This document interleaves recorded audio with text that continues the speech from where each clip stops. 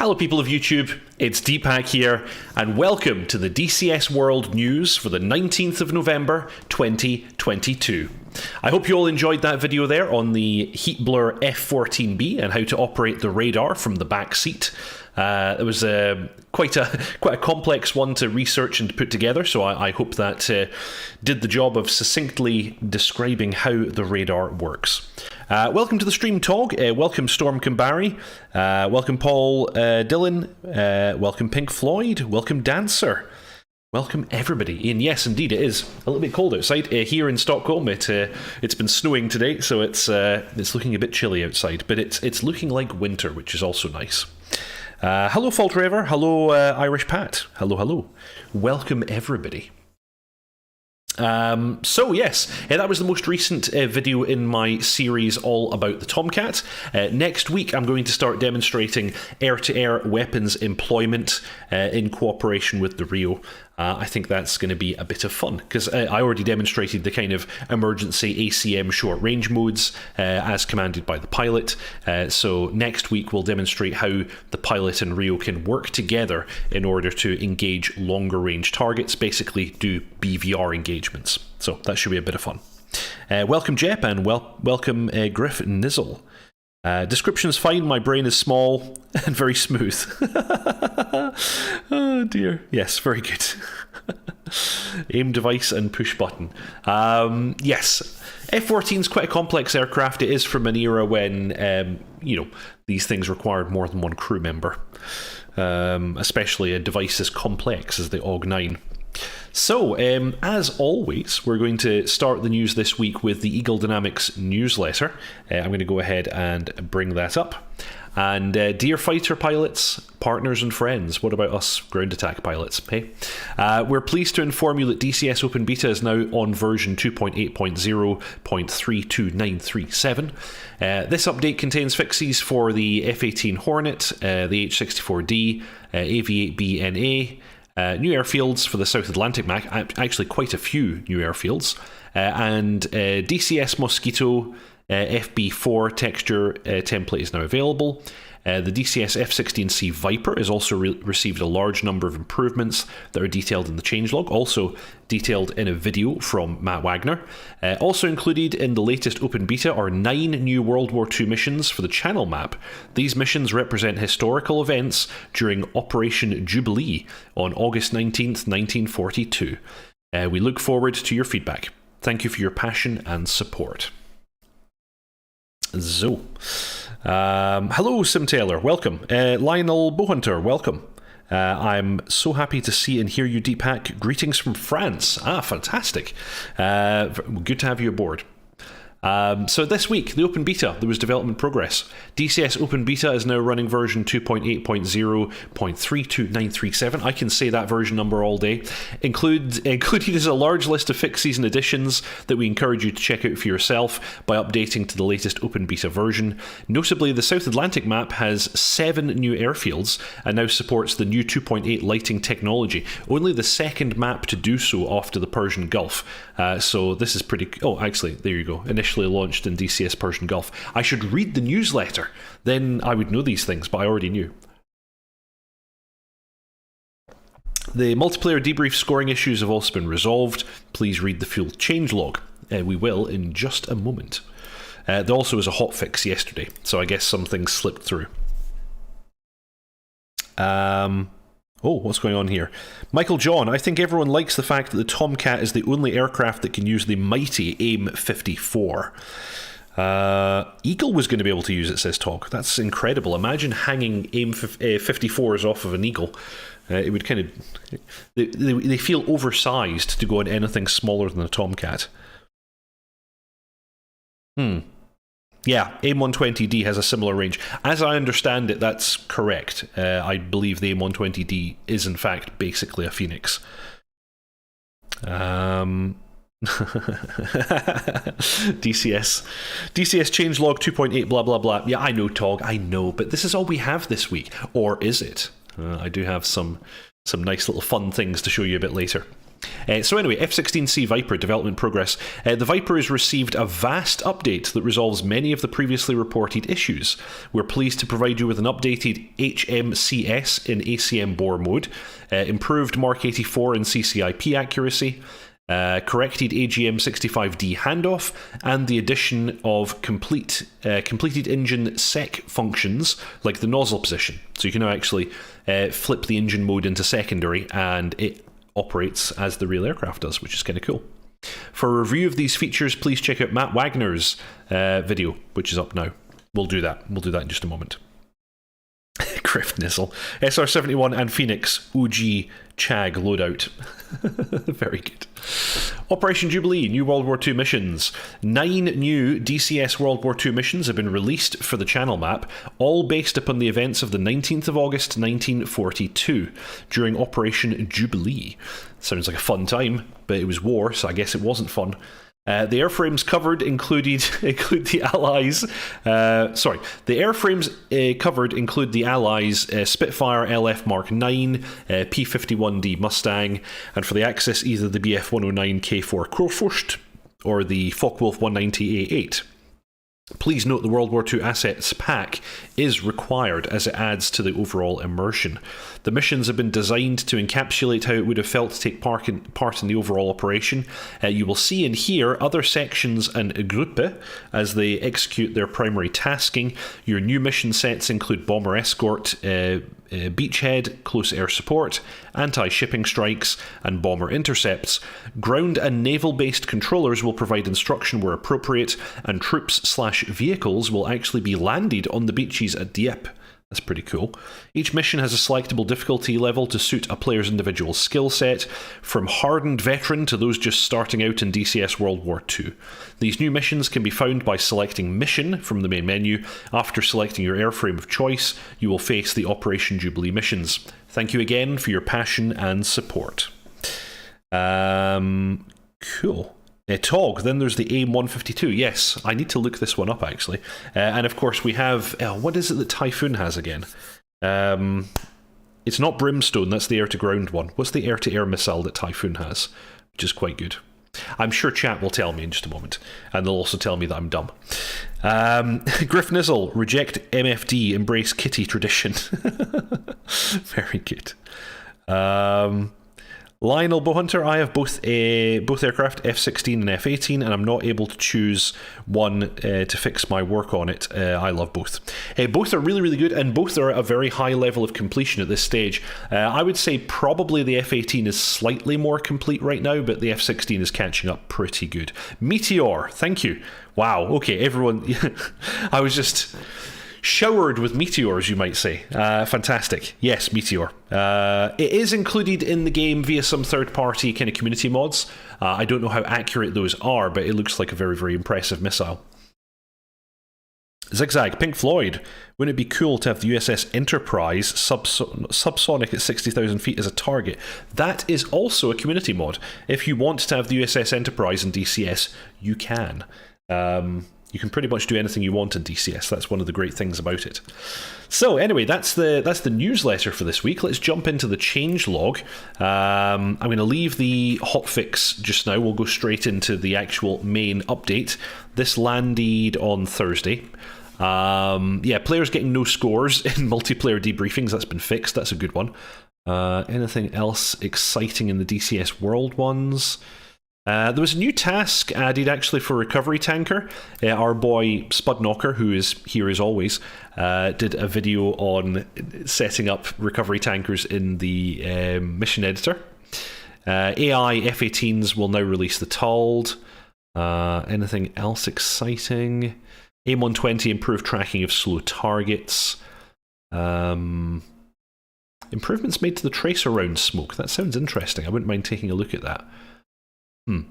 Very cool. So anyway, some fixies and additions there to DCS World itself. Main thing for the F-18C Hornet is that we get the backup page on the UFC now, which is pretty cool. I need to check that one out and see what it's all about.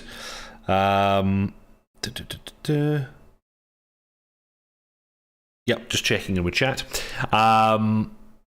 Auto impact, error with dive toss, that's fixed. Donated track files showing speed and altitude information while the radar track file is being built. CCIP Pipper is improved. Harm page still shows threats after jettisoning all harms. Radar tracks AIM-120 SD-10. Don't know what that means. So there was that. There was then a whole load of additions to the F-16. And actually for this one, let's jump straight into our man Daddy Wag's video on his channel. He does an intro and then he talks about the updated HMCS and ACM bore mode. That's been improved. Apparently it wasn't always working reliably. I actually haven't flown the F-16 that much recently, but I had some reports that it had been behaving in a kind of strange way. Welcome to the stream channel, right? Good to have you aboard. And they've now apparently fixed that, and our man Wags demonstrates this, that you can set your display switch up into the HUD. You can press TMS up long, and then you're going to get your auto lock circle, your bore sight mode in the helmet mounted sight. Pop it over a visual target and lock. Lock. Does it say it once or does it say it multiple times? I don't even remember. There was a funny bug where jamming targets were showing range on the HSD. That's actually fairly hilarious and, of course, could be used as a bit of an exploit. That is now fixed. Jamming targets are now stuck on the outer ring, whereas before they would actually appear at the correct location, which is not realistic, of course. If you haven't burned through a target's jamming, you don't know its range. You only know its azimuth, and that's realistic. He's great, Spudknocker was looking for an F-18 tutorial and came across his after making the near fatal mistake of clicking on a Grim Reaper's one, says Michael John. I like Spudknocker. Spudknocker's really good. I hate to say it, but I find his voice mildly irritating, and that's unfortunate because his videos are excellent. But I don't know why, I just find his voice slightly annoying. You won't tell him, will you? He's a cool guy, I don't want him to know. So, Sim Taylor, I can't try it out here, but I heard that SA did indeed get a large improvement. Yes. Pink Floyd, I like the GR. Prefer GS videos to GR, says Tog. They made a few videos on request for me. That was cool, says Pink Floyd. That's good. Grim Reapers, you can't really fault them when it comes to volume of output. You know, they literally have a video on everything. It's a level of coverage that I can never hope to achieve. But it's yeah. It's good. Anyway, on to the next. I think we've already missed some stuff. Unstable radar elevation on bugged targets has been fixed. Yeah, the range to jamming target in HSD. No more AIFF range and azimuth indications. This was another funny one. Yeah, if you did an IFF pulse, you were getting range indications, which was quite funny. TGP and FCR slaving with TMIS right. So this is pretty cool. So basically with TMIS right, you're able to slew the TGP and the radar will follow, or slew the radar and the TGP will follow. That's nice functionality. What's this one now? Mark 84 falling short in CCIP. That's been fixed, and our man Wagner is going to demonstrate exactly that just now. Mixu, they fixed one thing, broke another. After this patch I had issues with locking on to a target, and after switching to the dogfight mode it loses the lock again. That's unfortunate. This is open beta, so you have to always expect bugs. By the time it makes it into stable, it should be in better condition. So you see, right, he pickled when the CCIP pipper was right on the bottom left corner of the building. Where's the bomb going to land? Pretty much the bottom left corner of the building. Perfect. So you can see accuracy is much better. That's nice to see. Corrected the AGM-65D handoff on a moving target. This is pretty cool. So if you have a point track on a moving target using the TGP, you can do a handoff to the Maverick, and it will follow the TGP, and it will, if you have it set to automatic, it will actually lock as well, which is nice.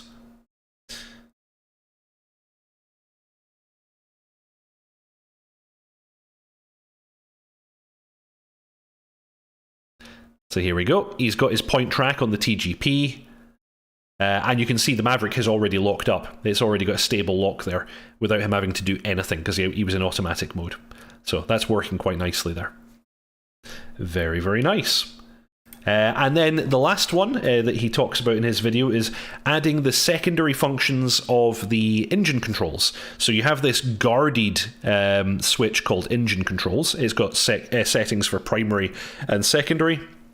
Testing this is actually part of the startup in the real world, and you make sure that the secondary or backup engine controls are functioning correctly. And when the engine is in secondary mode, if I remember correctly, the schedule for the nozzle is different. It's either different or it's fixed, I can't remember which, but basically the nozzle operates quite differently when you're in secondary engine controls, and that's a very easy visual way for the ground crew to give you the thumbs up and let you know that your secondary engine controls are working, because you'll get this closed nozzle in that event. I love the fact that chat is having a discussion about who the best DCS YouTuber is while on my news stream. Like, I'm right here, guys. I'm right here. You don't have to tell me how much better everybody else is. Oh, it hurts me. Right, I feel it right here, right here. Jokes aside, of course. I really like Spudknocker. I really like Grilling Sidewinder. Grilling Sidewinder's air combat stuff is kind of amazing. Like, he does some really, really good stuff where he'll say, right, okay, MiG-29 versus F-16, what happens? And he creates all these little scenarios. So, you know, big shout out to Spudknocker, big shout out to Grilling Sidewinder, both excellent YouTubers.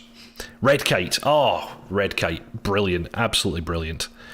And then you have Deepak. Tricker, yes, that's the thing. We're quite well served when it comes to DCS YouTubers. We have a whole bunch of really, really good ones. Tricker is fantastic. He actually has super deep subject matter knowledge when it comes to the F-16, of course.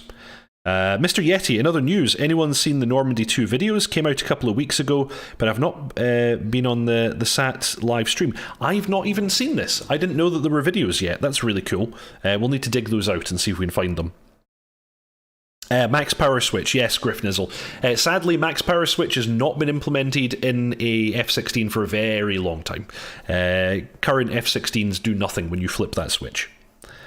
Volk for the K50, he's a god. My favourites are GR, Deepak, Spud, and Channel Right. Oh, yes, Channel Right. Thank you, Channel Right. Sim Taylor, the one thing I can say about your videos is you go a little deeper than most folks, and you do it in English rather than mill speak.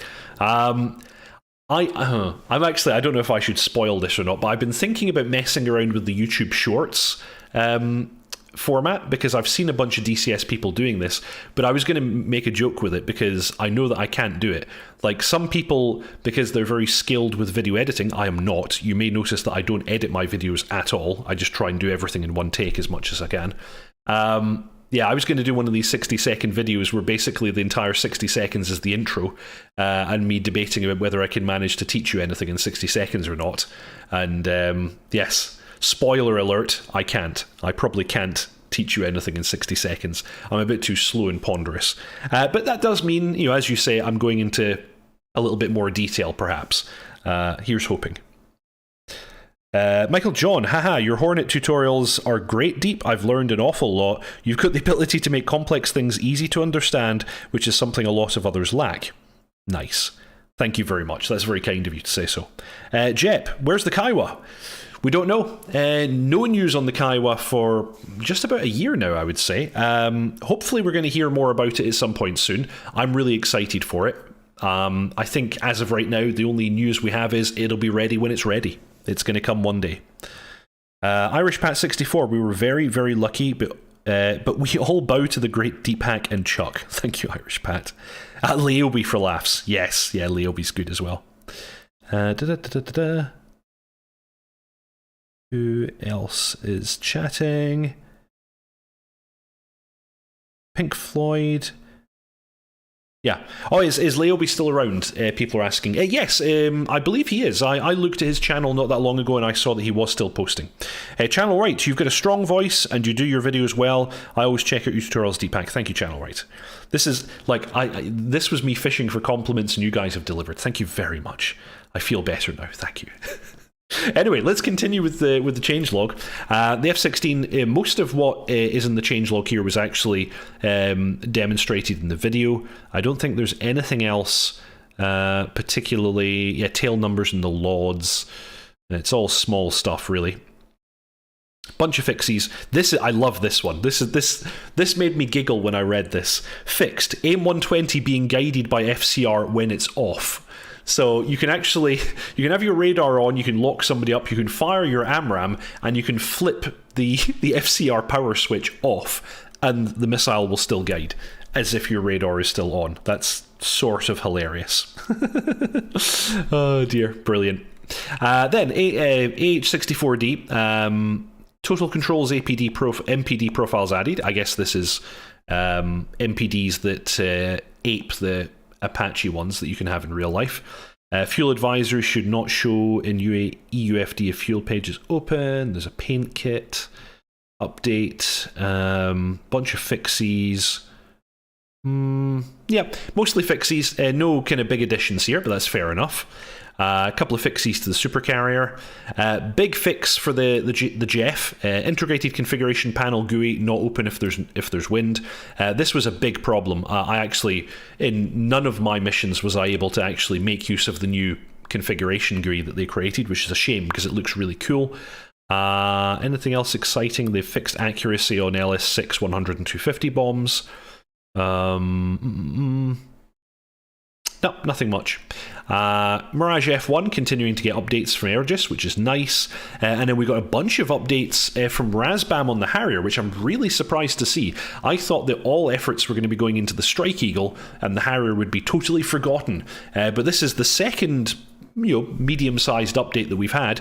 Really happy to see this. Thank you, Razbam, for continuing to tweak the Harrier, which is my personal favourite aircraft. Fault Raver for dumb stuff and compilation.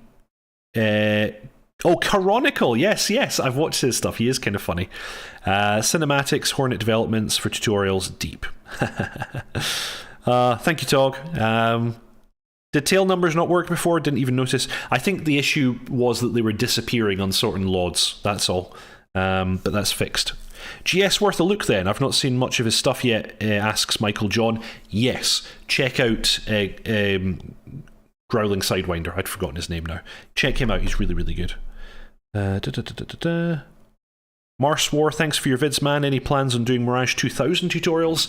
I would like to, because the Mirage 2000 is unrecognisable from launch. It's so updated, so improved. I would really like to do a series on that, but I have so many aircraft to do videos on already. I want to finish my Hornet series. I'm working my way through this F-14 series. Almost certainly I'll be wanting to do the Strike Eagle once that comes out, but definitely I would like to spend some time in the Mirage as well at some point. Sim Taylor, if you put the complete changelog for the F-16 together, you'd think they just walked up to an F-16, unscrewed the radiator cap and drove a fresh F-16 under it and screwed the cap down. Okay. Fair enough.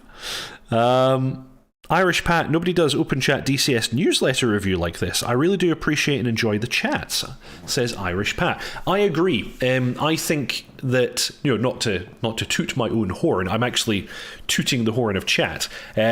Just having me sit here and talk to camera, probably a little bit boring. Having some interaction with chat with you guys, brilliant. Makes it way more fun, way more watchable. Having this interaction back and forth turns this into a much more interesting thing, rather than me just reading a changelog, because I'm pretty sure that could send most people to sleep. So many modules, so little time. Yes, exactly.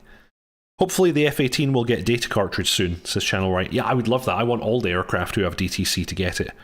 It'd be great.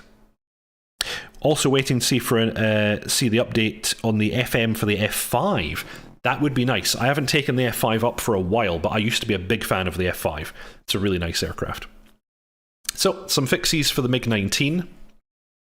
Some additions for the Viggen. Some World War II stuff, we don't really care. And in the South Atlantic map, we've got this big one here. We've got these 7 new airfields that have been added. They've updated the lighting components to make it the same as Persian Gulf map. And then a bunch of other graphical fixes as well, which sounds really, really cool. I'll need to fire this one up, because I kind of like the South Atlantic map. It's quite different from the others. It's a really, really large area. It's a lot of sea and a lot of land, so quite nice to have that mix. And you can do some very, very long missions on it. So, yeah, it's going to be cool. Griff Nizzle, ASMR vid when? On one of my Tarkov videos, I chewed a banana. And people seemed to enjoy that. So, yeah, maybe. Who knows? Evening, John Bluer. Welcome to the stream. Jep, so do you think the Phantom will sell well? I think it will be up there with the F-15. I think, yeah, the F-4 is a classic airplane, and a lot of people are waiting for it. So, yes, I think it probably will sell well. Tog, World War II stuff, don't care. Lol. Oh, dear. Yeah. The banana ASMR in the old Tarkov vid. Yay! Oh dear. Yeah, it's terrible. Absolutely terrible. So that's basically all of that. And then just yesterday we had a hotfix. VR mask setting was not persistent between sessions. Changing ROE or formation on client aircraft caused the client to freeze. Guarded request to cockpit arg values. K-50 Abris map fix. And then 2 mission fixes in an A10C campaign. So pretty small one, but nice to see them pushing out these hotfixes quickly. Deepak, the... Ooh, I can't even say that. The Amaranth of DCS? I don't know what that means, but I'm going to take that as a compliment. Thank you. Oh dear. New lighting tech before... Yes, I was also surprised South Atlantic got it first. Speaking of Tarkov, need more Tarkov, says Talk. I'll do some Tarkov soon, don't you worry. And then the last thing that I have for this week, but a rather cool thing, I think. In fact, let me scroll down to where I want to be. Razbam have been doing a bunch of these test images from the Strike Eagle, where they're demonstrating the SAR mode, which I believe is similar to the kind of radar mapping that aircraft like the F-16 and F-18 can do, but to a higher level of detail. And I have to say, some of these images are pretty stunning. And they also seem to be simulating like blurring and things like that if you maneuver the aircraft during the course of one of these. So I saw one where like it was a really pin-sharp image, and then just down one side you could see a whole load of blur, because apparently he'd maneuvered the aircraft during it. But just look at this. This is very, very impressive looking. I don't know what this banding is. I don't know if that's an artifact of the mechanism that it uses to do the radar scanning and generate these images, or what exactly, but it looks very, very convincing. Looks really, really good. And he generated a whole bunch of these. This is the first batch. We then have part 2, where he demonstrates a whole bunch more of these images. Just look at the resolution on this. You can see individual buildings even zoomed all the way out like this. Yeah, just kind of amazing. Wow, okay, yeah, so you can see here, you know, he moves this box over to get a zoomed in view of one part of the map. I don't even know what these modes are called or how any of this works. And then we've got this zoomed in view of an airfield. This is much higher resolution radar mapping than we've seen in the F-16 or the F-18 or the JEF. It's looking really, really cool. Yeah, the ground radar is insane. Chat is moving fast. What's going on here? Griff Nizzle, do Deepak is the hot chick of DCS? What? Oh, right. Amaranth is a very hot chick, says Pink Floyd. Okay. I'm not going to dance for you. I'm not going to take off my top. Sorry, that's not the kind of stream this is. Right. Mr. Yeti, holy crap, that's ground radar. Yes, this is what is called SAR, apparently. I'm not massively familiar with this in the real world, but apparently the F-15's radar is very, very capable when it comes to this kind of stuff. John Bluer, Gallinet, Razbam's radar code guy, is a damn wizard. Yeah, it is absolutely beautiful. Yep, synthetic aperture radar. I do uwu, that's true. The Eagle is number 1 on my list. Can't wait for it, says Michael John. +1. F-15 radar images look cool, says Channel Right. Yeah. Yeah, when you compare it to the thing is, you've got to keep in mind, the F-16 is, you know, it's an older aircraft than the F-15E. Also, the F-16's displays are smaller and lower resolution anyway, and the F-16's radar has a much smaller antenna. The F-15 has better displays, they're higher resolution, and its radar is more capable. So, go away, feet pics. You, sir, get a warning. No, there's no OnlyFans. Grimnir, there is some crazy conversation on the Discord. They go into serious detail about it there. I get lost fast. Yeah, I should get up to date. Oh, wow, there's a further zoom in there as well. So it's even, we're taking like that end of the airfield and zooming in even further. Look at this, we're even getting like radar shadowing, which is pretty cool. Yeah, this is really cool looking. I like this. Very impressive. And that's only part 2. There's a further 2 parts. He went kind of crazy with this. Part 3 is an actual video of it in action. So yeah, you can see the blurring. If you maneuver too much while it's doing it, you get some blurring. I guess also if the angle is too steep as you're maneuvering past something, you're going to get this kind of blurring as well.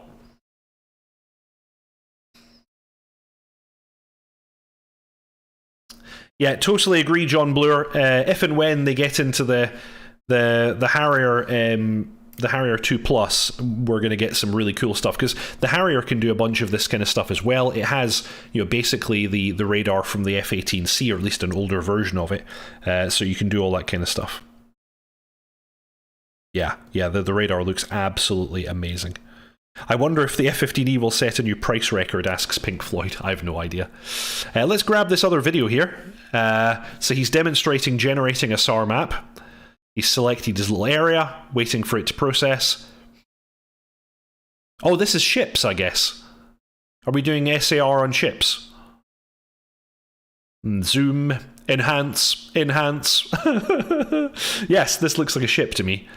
That's cool. So you can do SAR on ships as well. I guess as long as they're not moving too much. I'd imagine that if the ship starts moving too fast, you're going to have a really hard time getting an image of it. Very, very nice. So yeah, SAR looking rather amazing, if you ask me.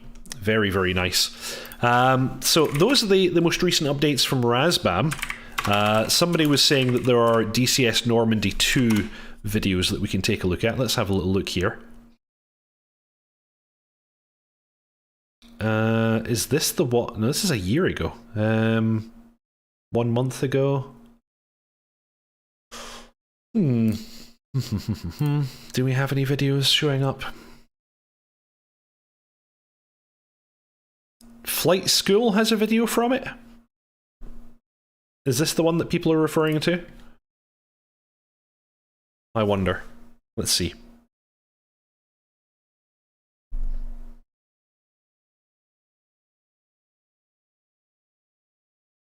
So this is labeled as Normandy 2. So I'm assuming that this... Oh, okay, yeah, this is looking quite impressive. Seeing some nice detail in farms and buildings and things like that. Oh yeah, this is an airfield, I guess, a grass airfield. Okay, this is a very short video. But yeah, that's a quick clip of somebody flying over the Normandy 2 map. Very nice. So I guess they've already given this out to some of the beta testers to play around with. Nice. Michael John, the Eagle IRL is the ultimate multi-role. I prefer to say that about something the Brits have, being British, haha, but I have to doff my cap to the F-15. Yeah, the F-15 is a very, very capable aircraft. John Bloor, there's some screenshots of what is supposed to be a finished external model of the BO-105 helicopter. I can DM you. Ooh, please do. Please do. Let me see if I can take a quick peek then.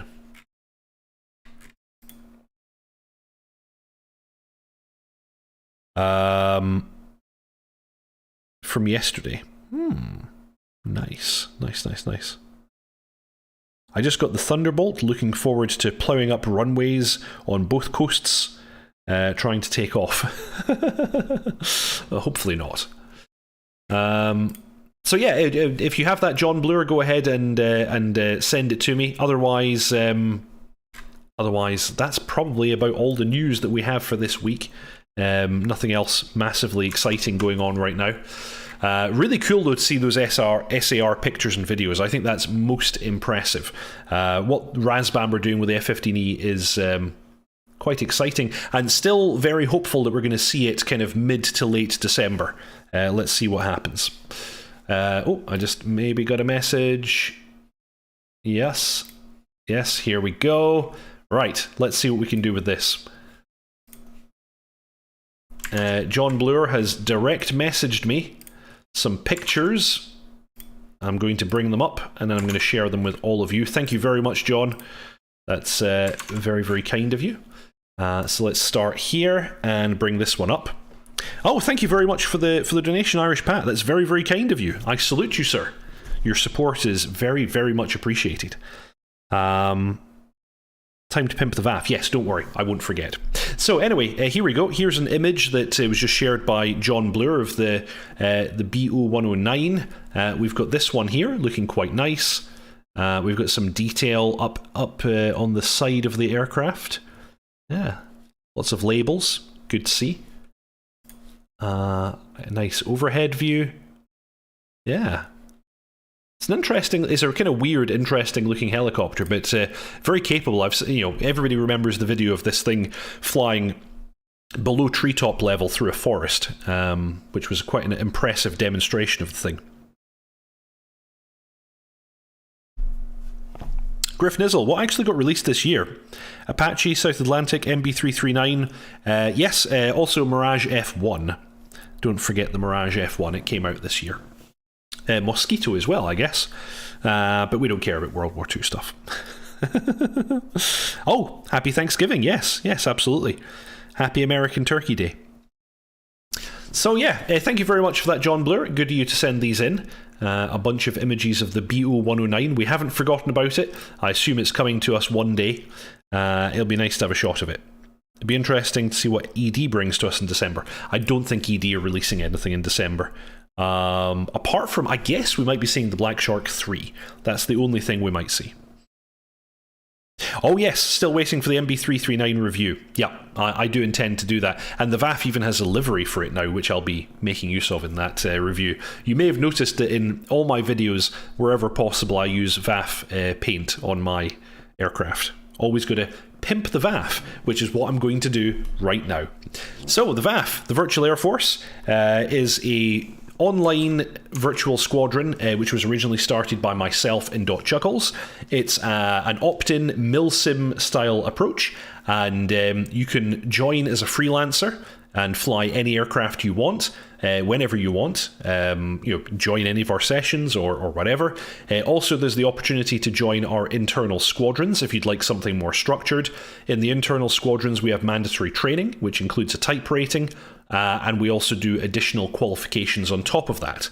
We do training nights every Tuesday at 8 PM UK time, and we do mission nights every Thursday, also at 8 PM UK time, and we now have also started our first North American time zone squadron. It's the 69th, and they fly F-16s. So those of you in North America, you now have an option to fly with the VAF as well. So please go ahead and join the Discord, whether you want to fly with us or not. It's always good to have people on board there. And you can even just hang out and chat with fantastic people like myself and all the other members of the VAF. So, yep, join now. You'll see the link to join the Discord in the chat, and also if you're watching this after the fact, in the show notes below. Michael John, I like the Harrier, so I'm going to have a look at your tutorials to see if I can make sense of the TGP. Yep, I've got, my TGP is up to date. My TGP video is up to date, so watch that. It will teach you how to use the TGP. Nice. John Bloor, quick video inbound to you. Oh, right, okay, what am I getting? Here we go. Oh, this is nice. Okay, right. So before I close off, let's go ahead and have this video. How am I? I need to figure out how I'm actually going to share this. so that everybody else can see it and not just me. Can I drag this? Because it's in Discord, you see. Can I drag this? I guess I can download it. Here we go. Okay, right. I think I figured it out. So everybody should be seeing this now. I guess I'm going to save it here, and I'm going to. Right, this is a bit complex. Sorry, everybody. I can't figure out a good way of displaying this video.